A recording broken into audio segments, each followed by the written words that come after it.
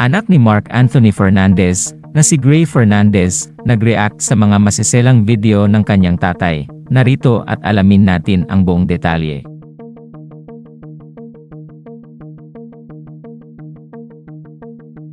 Sunod-sunod ang cryptic post ng kapamilya aktor na si Gray Fernandez.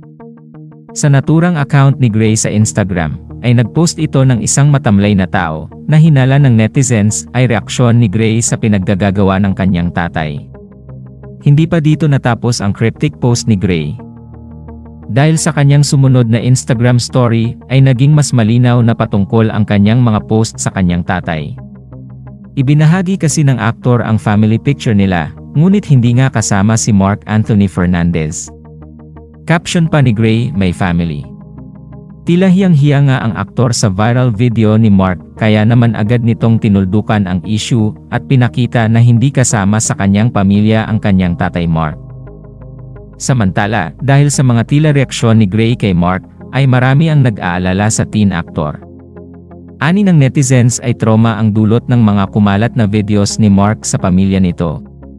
Dagdag pa nila na sana ay naisip ni Mark Fernandez na maapektuhan ang kanyang mga anak sa pagkalat ng mga videos niya sa social media.